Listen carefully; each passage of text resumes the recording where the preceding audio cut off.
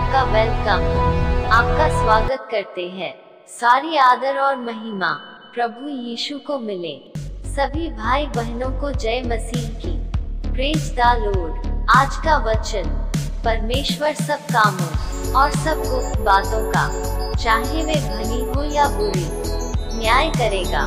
सबों उपदेशक 12 का 14 वचन। आमीन। हालेलुया।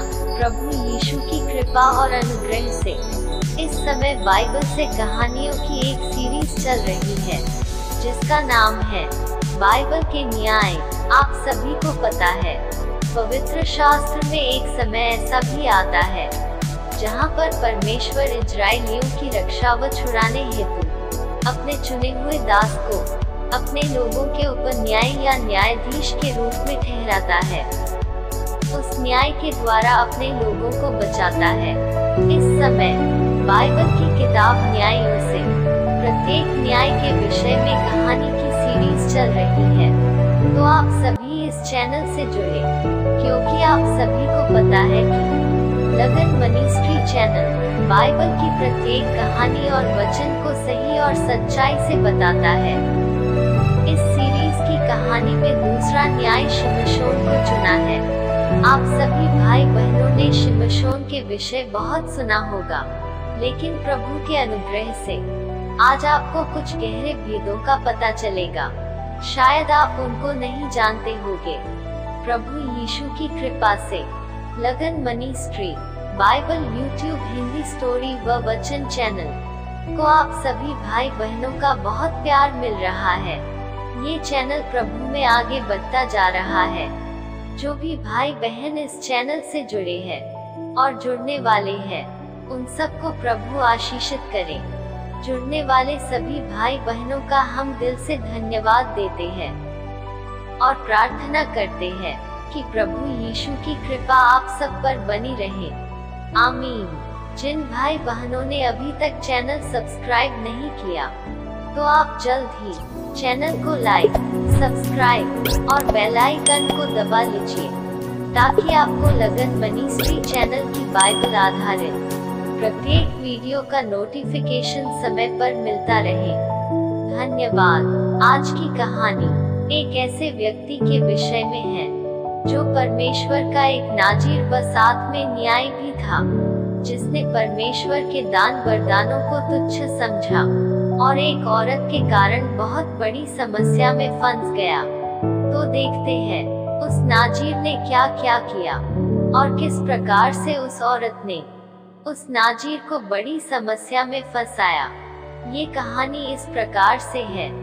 इजरायली दोबारा फिर यहोवा परमेश्वर की नजर में बुरे काम करने लगे। वे फिर से दूसरे देवी देवता को मानने लगे थे, उनकी लाठों की पूजा करने लगे। तब परमेश्वर का क्रोध उन पर भड़क उठा और परमेश्वर ने उन्हें 40 साल के लिए फिलिस्तियों के हवाले कर दिया। इस दौरान सोरा शहर में दानियों के कुल का एक आदमी रहता था, जिसका नाम मानोह था। उसकी पत्नी बांझ थी, उसकी कोई औलाद नहीं थी। एक दिन यहोवा का स्वर्गदूत मानोह की पत्नी के सामने प्रकट हुआ। उसने कहा, भले ही तू बांझ है, तेरी कोई औलाद नहीं, मगर तू गर्भवती होगी और एक बेटे को जन्म देगी। देख, तू उसके सिर पर उस्तरा मत चलवाना, अर्थात उसके सिर के बाल काटने की मनाही होगी, क्योंकि जन्म से ही वह परमेश्वर के लिए नाज़ीर होगा। आमीन। प्रभु के लोगों, बाइबल के समय में नाज़ीर उसको बोला जाता था जो चुना हुआ या अलग किया हुआ होता था। वह इजरायलियों को फिलिस्तियों के हाथ से छुड़ाएगा। तब उस औरत ने अपने पति मानोह के पास जाकर सारी बातें बताई। तब मानोह ने यहोवा से विनती की, हे यहोवा, तूने जिस सेवक को अभी भेजा था, मेहरबानी करके सच्चे परमेश्वर के उस सेवक को दोबारा भेज, कि वह हमें बताए कि हम बच्चे की परवरिश कैसे करें। सच्चे परमेश्वर ने उसकी विनती सुन ली। वह स्वर्गदूत एक बार फिर मानोह की पत्नी के पास आया। उस वक्त वह बाहर बैठी थी और उसका पति मानोह उसके साथ नहीं था। वह दौड़कर अपने पति को बुलाने गई। उसने कहा, देख, जो आदमी उस दिन मेरे पास आया था वह आज फिर आया है। तब मानोह अपनी पत्नी के साथ उस आदमी के पास आया। मानोह ने उससे कहा, क्या तू वही आदमी है जिसने उस दिन मेरी पत्नी से वह सारी बातें कही थी? स्वर्गदूत ने कहा, हाँ मैं वही हूँ। तब मानोह ने कहा, तूने जो भी कहा वह पूरा हो, आमीन। अब हमें बता कि उस बच्चे की जिंदगी कैसी होगी और बड़ा होकर वह क्या करेगा। तब यहोवा के स्वर्गदूत ने मानोह से कहा, तेरी पत्नी को इन सब चीजों से दूर रहना है। उसे न तो अंगूर, न ही दाख मदिरा या किसी तरह की शराब पीनी है। उसे अशुद्ध चीजें भी नहीं खानी है। ध्यान रख कि जैसा मैंने उससे कहा है वह वैसा ही करे। फिर मानोह ने यहोवा के स्वर्गदूत से कहा, मेहरबानी करके थोड़ी देर रुक जा, हम अभी तेरे लिए बकरी का बच्चा पका कर लाते हैं। यहोवा के स्वर्गदूत ने मानोह से कहा, अगर मैं रुक भी जाऊं तो भी मैं कुछ नहीं खाऊंगा। हाँ, अगर तू यहोवा को होम बलि चढ़ाना चाहता है तो चढ़ा सकता है। मानोह ने यहोवा के स्वर्गदूत से कहा, हमें अपना नाम बताता कि तेरी बात सच होने पर हम तेरा आदर सम्मान कर सके। मगर यहोवा के स्वर्गदूत ने उससे कहा, मेरा नाम तो अद्भुत है, इसलिए तू उसे क्यों पूछता है? फिर मानोह ने बकरी का बच्चा, अनाज का चढ़ावा लिया और एक बड़े पत्थर पर उन्हें यहोवा को चढ़ाया। तब आग की लपटें वेदी से आसमान की तरफ उठने लगी और यहोवा का स्वर्गदूत उन लपटों के साथ ऊपर आसमान की तरफ जाने लगा। ये देखकर दोनों जमीन पर मुंह के बल गिर गए। आगे चलकर मानोह की पत्नी ने एक लड़के को जन्म दिया। उसका नाम सिमशोन रखा। जैसे जैसे वह बड़ा हुआ यहोवा की आशीष उसके साथ रही। यहोवा की पवित्र शक्ति उस पर जबरदस्त तरीके से काम करने लगी। कुछ समय पश्चात सिमशोन तिम्ना गया। वहाँ उसने एक पलिश्ती लड़की को देखा। उसने जाकर अपने माँ बाप से कहा, तिम्ना में मैंने एक लड़की देखी है, मैं चाहता हूँ कि तुम उससे मेरी शादी करवा दो। मगर उसके माँ बाप ने उससे कहा, क्या तुझे हमारे लोगों में कोई लड़की नहीं मिली जो तू खतनारहित पलिश्तियों की लड़की से शादी करना चाहता है? मगर सिमशोन ने अपने पिता से कहा, मेरी शादी उसी से करवा दो, वही मेरे लिए सही रहेगी। उसके माँ बाप यह नहीं समझ पाए कि यहोवा ही उसे ऐसा करने के लिए उभार रहा है, क्योंकि वह पलिश्तियों के खिलाफ कदम उठाने का रास्ता तैयार कर रहा था। उस समय पलिश्ती इजरायलियों पर राज कर रहे थे। तब सिमशोन अपने माँ बाप के साथ तिम्ना गया। जब वह तिम्ना में अंगूरों के बाग के पास पहुंचा तो अचानक एक शेर उसके सामने आया और गरजने लगा। उसी वक्त यहोवा की पवित्र शक्ति सिमशोन पर काम करने लगी और उसने अपने दोनों हाथों से शेर को ऐसे चीर डाला जैसे कोई बकरी के बच्चे को चीर देता है। मगर इस बारे में उसने अपने माता पिता को कुछ नहीं बताया। फिर सिमशोन उस लड़की के घर गया। कुछ समय बाद दोबारा फिर सिमशोन उस लड़की को अपने घर लाने के लिए निकला। रास्ते में वह मरे हुए शेर को देखने गया। उसमें मधुमक्खियों ने छत्ता बना लिया था और छत्ते में बहुत सा शहद था।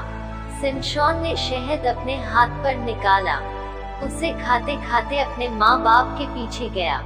उसने उन्हें भी थोड़ा शहद खाने को दिया, मगर यह नहीं बताया कि उसने मरे हुए शेर में से उसे निकाला है। फिर सिमशोन अपने पिता के साथ लड़की के घर गया। वहाँ उसने एक दावत रखी। उन दिनों यह दस्तूर था कि दूल्हे इस तरह की दावत रखते थे।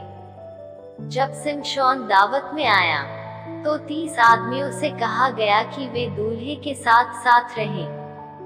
सिमशोन ने उन आदमियों से कहा, मैं तुमसे एक पहेली पूछता हूँ। अगर तुम इन 7 दिनों में दावत के खत्म होने से पहले उस पहेली का उत्तर दोगे तो मैं तुम्हें 30 मलमल के कुर्ते और 30 जोड़े कपड़े दूंगा। लेकिन अगर तुमने उस पहेली का उत्तर नहीं दिया तो तुम्हें मुझे 30 कुर्ते और 30 जोड़े कपड़े देने पड़ेंगे। तब उन्होंने कहा, जरा हम भी तो सुने क्या पहेली पूछना चाहता है। सिमशोन ने कहा, खाने वाले में से खाना, बलवंत में से मीठी वस्तु निकली। इस पहेली का अर्थ वे 3 दिन के भीतर न बता सके। 3 दिन तक वे सोचते रहे मगर उस पहेली को न बता सके। चौथे दिन उन्होंने सिमशोन की पत्नी से कहा, अपने पति को फुसलाकर उससे पहेली का जवाब पूछ और आकर हमें बता, वरना हम तुझे और तेरे पिता के पूरे घराने को जला देंगे। क्या तूने हमें दावत पर इसलिए बुलाया था कि हम लुट जाएं? तब सिमशोन की पत्नी यह कहकर उसके सामने रोने धोने लगी, तू मुझसे प्यार नहीं नफरत करता है, तभी तूने मुझे उस पहेली का जवाब नहीं बताया जो तूने मेरे लोगों से पूछी है। सिमशोन ने कहा, मैंने अपने माँ बाप को नहीं बताया तो तुझे कैसे बता दूं? लेकिन जितने दिन दावत चली उतने दिन वह सिमशोन के आगे रोती रही। 7वें दिन सिमशोन ने तंग आकर उसे पहेली का जवाब बता दिया और उसने जाकर अपने लोगों को बता दिया। 7वें दिन सूरज ढलने से पहले शहर के आदमियों ने आकर सिमशोन से कहा, शहद की धार से मीठा और क्या हो सकता है, और शेर से ताकतवर कौन हो सकता है? सिमशोन ने उनसे कहा, अगर तुमने मेरी गाय को हल में न जोता होता तो तुम इस पहेली का उत्तर कभी न दे पाते। तब यहोवा की पवित्र शक्ति सिमशोन पर आई। उसने दूसरे नगर जाकर वहां 30 आदमियों को मार डाला। उसने उनके कपड़े उतार लिए और जाकर उन लोगों को दे दिए जिन्होंने उसकी पहेली का जवाब बताया था। इसके बाद वह गुस्से में अपने पिता के घर लौट आया। फिर सिमशोन की पत्नी की शादी दावत में सिमशोन के साथ आने वाले एक आदमी से करा दी गई। कुछ समय बाद गेहूं की कटाई का वक्त आया। सिमशोन अपनी पत्नी से मिलने गया। वह अपने साथ बकरी का एक बच्चा ले गया। उसने कहा, मैं अपनी पत्नी के कमरे में जाना चाहता हूँ, लेकिन लड़की के पिता ने उसे अंदर नहीं जाने दिया। उसने सिमशोन से कहा, मैंने सोचा कि तू मेरी लड़की से नफरत करने लगा है, इसलिए मैंने उसकी शादी उस आदमी से करवा दी जो दावत में तेरा साथी था। मेरी मान, तू उसकी छोटी बहन से शादी कर ले, वह उससे ज्यादा खूबसूरत है। सिमशोन ने कहा, अब पलिश्तियों की खैर नहीं, इस बार वे अपनी बर्बादी के लिए खुद जिम्मेदार होंगे। सिमशोन ने जाकर 300 लोमड़ियां पकड़ी और मशाले लेकर फिर उसने 2-2 लोमड़ियों की पूंछ बांधी।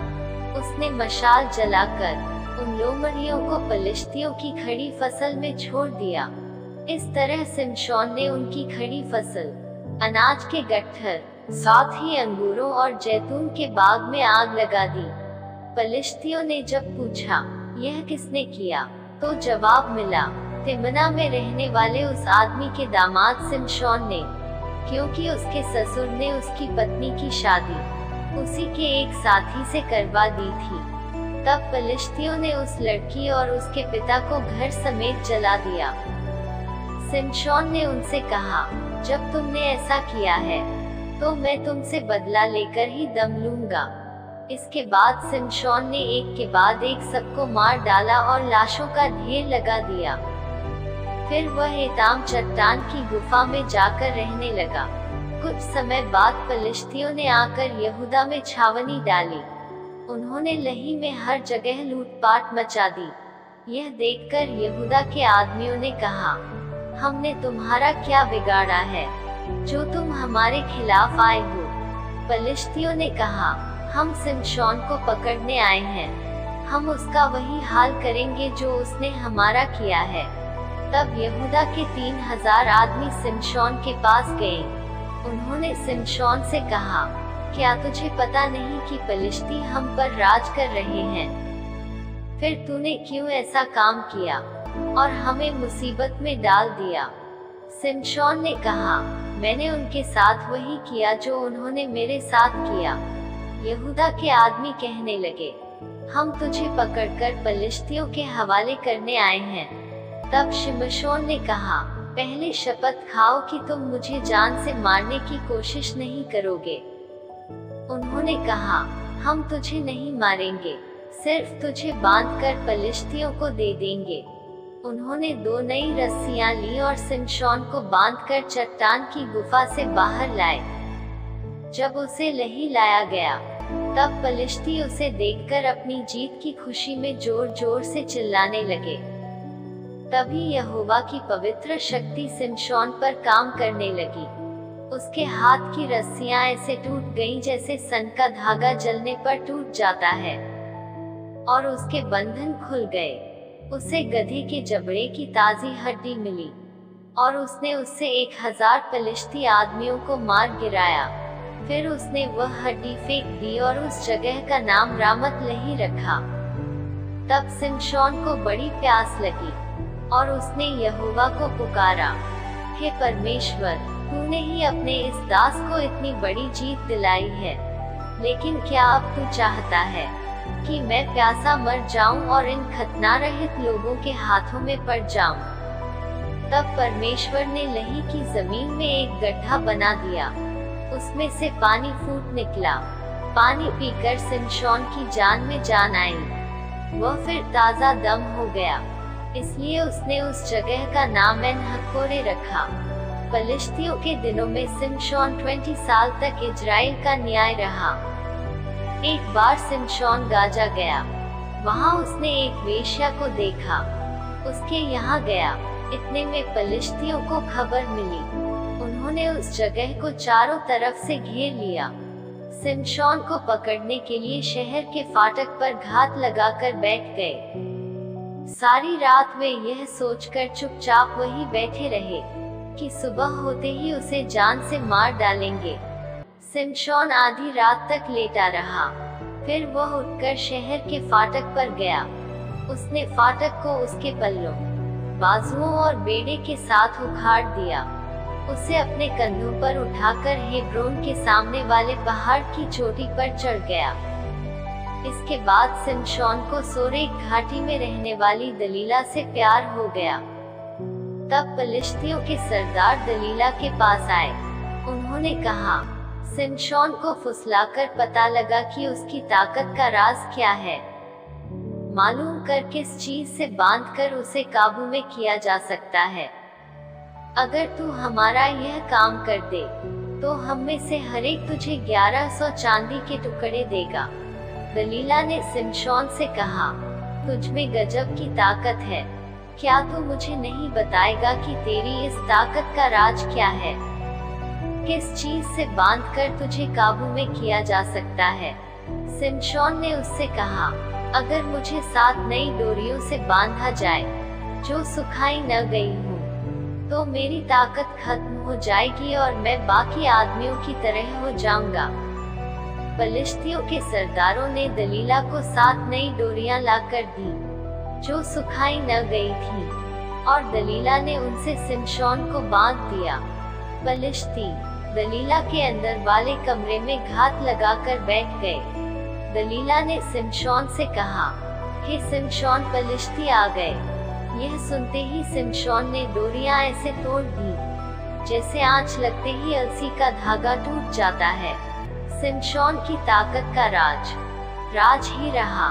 दलीला ने शिमशोन से कहा, तूने मुझसे झूठ कहा, मुझे बेवकूफ बनाया। अब मुझे सच सच बता, किस चीज से तुझे बांधा जा सकता है? दोबारा फिर शिमशोन के साथ ऐसे ही होता। इस बार भी शिमशोन ने रस्सियां ऐसे तोड़ दी मानो वे कच्चे धागे हों। तब दलीला ने शिमशोन से कहा, अब तक तू मुझसे छल करता और झूठ बोलता आया है। अब मुझे सच बता दे कि तू काहे से बंध सकता है? उसने कहा, यदि तू मेरे सिर की 7 लंटे ताने में बुने तो बंध सकूंगा। सो उसने उसे खूंटी से जकड़ा। तब दलीला ने कहा, हे शिमशोन, पलिश्ती तेरी घात में है। तब वह नींद से चौंक उठा और खूंटी को धरन में से उखाड़कर उसे ताने समेत ले गया। दलीला ने उससे कहा, तेरा प्यार झूठा है, तुझे मुझ पर कोई भरोसा नहीं। 3 बार तूने मुझे झांसा दिया और अपनी ताकत का राज छिपाए रखा। दलीला हर दिन शिमशोन के पीछे पड़ी रही, उससे जिद करती रही कि वह उसे अपना राज बताए। वह शिमशोन की जान खा गई। हार कर शिमशोन ने उसे सब कुछ बता दिया। उसने कहा, अब तक मेरे सिर पर कभी उस्तरा नहीं चलाया गया है, क्योंकि मुझे अपनी माँ के गर्भ से ही परमेश्वर के लिए नाज़ीर चुना गया था। अगर मेरे बाल काट दिए जाएं, तो मेरी ताकत खत्म हो जाएगी और मैं बाकी आदमियों की तरह हो जाऊंगा। प्रभु के लोगों, यहाँ पर शिमशोन ने परमेश्वर की आज्ञा को तोड़ दिया। तो हम जब परमेश्वर की आज्ञा को तोड़ते हैं, तो हम परमेश्वर से दूर चले जाते हैं। आगे देखते हैं कहानी में क्या होता है। हालेलुया।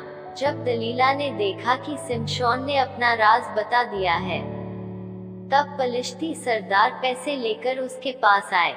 दलीला ने शिमशोन को अपनी गोद में सुला दिया। जैसे ही उसकी आंख लगी, दलीला ने एक आदमी बुलवाकर उसकी 7 चोटियां कटवा दी। शिमशोन की ताकत खत्म हो गई और वह पूरी तरह दलीला के काबू में आ गया। फिर दलीला ने कहा, हे शिमशोन, पलिश्ती आ गए। यह सुनकर वह नींद से जागा और उसने कहा, इस बार भी मैं खुद को बचा लूंगा। लेकिन उसे नहीं पता था कि परमेश्वर ने उसे छोड़ दिया है। तब पलिश्तियों ने उसे पकड़कर उसकी आंखें निकाल दी और उसे गाजा ले गए। उन्होंने उसे तांबे की 2 जंजीरों में जकड़कर कैद खाने में डाल दिया और उससे अनाज पीसने का काम करवाने लगे। शिमशोन के बाल जो काट दिए गए थे, फिर से बढ़ने लगे। कुछ समय पश्चात पलिश्ती सरदार जश्न मनाने के लिए इकट्ठे हुए। उनका कहना था, हमारे देवता दागोन ने हमारे दुश्मन शिमशोन को हमारे हाथ कर दिया है। जब लोगों ने शिमशोन को देखा तो वे अपने देवता की बड़ाई करने लगे। वे कहने लगे, देखो, जिस दुश्मन ने हमारे देश में तबाही मचा रखी थी, हमारे कई लोगों को मार डाला था, उसे हमारे देवता ने हमारी मुट्ठी में कर दिया है। सारे पलिश्ती मस्ती में चूर थे। वे कहने लगे, शिमशोन को बाहर लाओ कि वह हमें नाच दिखाए। वे शिमशोन को कैद खाने से बाहर ले आए कि वह उनका मन बहलाए। उसे 2 खंभों के बीच लाकर खड़ा कर दिया गया। जिस लड़के ने शिमशोन का हाथ पकड़ा हुआ था, उससे शिमशोन ने कहा, जरा मुझे उन खंभों को छूने दे जिन पर यह घर टिका है। मैं उनके सहारे खड़ा रहना चाहता हूँ। उस वक्त वह घर आदमियों और औरतों से खचाखच भरा था। सारे पलिश्ती सरदार वहाँ मौजूद थे। छत पर खड़े करीब 3000 आदमी औरत शिमशोन पर हंस रहे थे। तभी शिमशोन ने यहोवा को पुकारा, हे सारे जहान के मालिक यहोवा, मेरी तरफ ध्यान दे। बस एक आखिरी बार मुझे ताकत से भर दे कि मैं पलिश्तियों से बदला ले सकूं। कम से कम अपनी एक आंख का बदला चुका सकूं। तब शिमशोन ने उन 2 बीच वाले खंभों पर अपने हाथ रखे जिन पर पूरा घर टिका था। उसने दायां हाथ एक खंभे पर रखा और बायां हाथ दूसरे खंभे पर। उसने जोर से प्रार्थना की, हे परमेश्वर, मुझे अपने साथ साथ इन पलिश्तियों को भी खत्म करने की शक्ति दे। फिर शिमशोन ने पूरा जोर लगाकर उन खंभों को धक्का दिया और पूरा का पूरा घर पलिश्ती सरदारों और सभी लोगों पर आ गिरा। शिमशोन ने जीते जी जितने लोगों को मारा था, उससे कहीं ज्यादा लोगों को उसने अपनी मौत के दिन मारा। शिमशोन के भाई और उसके पिता का पूरा घराना वहां आया और वे उसकी लाश लेकर चले गए। उन्होंने उसके पिता मानोह की कब्र में उसे दफना दिया। आमीन। हालेलुया। सारे महिमा हम अपने जीवित परमेश्वर प्रभु यीशु को देते हैं। इन वचनों और कहानी से हमें यह सीख मिलती है कि अगर हम परमेश्वर की आज्ञा में होकर चलेंगे, तो हम किसी भी संकट में पड़ने से बच सकते हैं। जैसा कि कहानी में शिमशोन को कहा गया था, कि तू अपने सिर पर उस्तरा ना फिरवाना।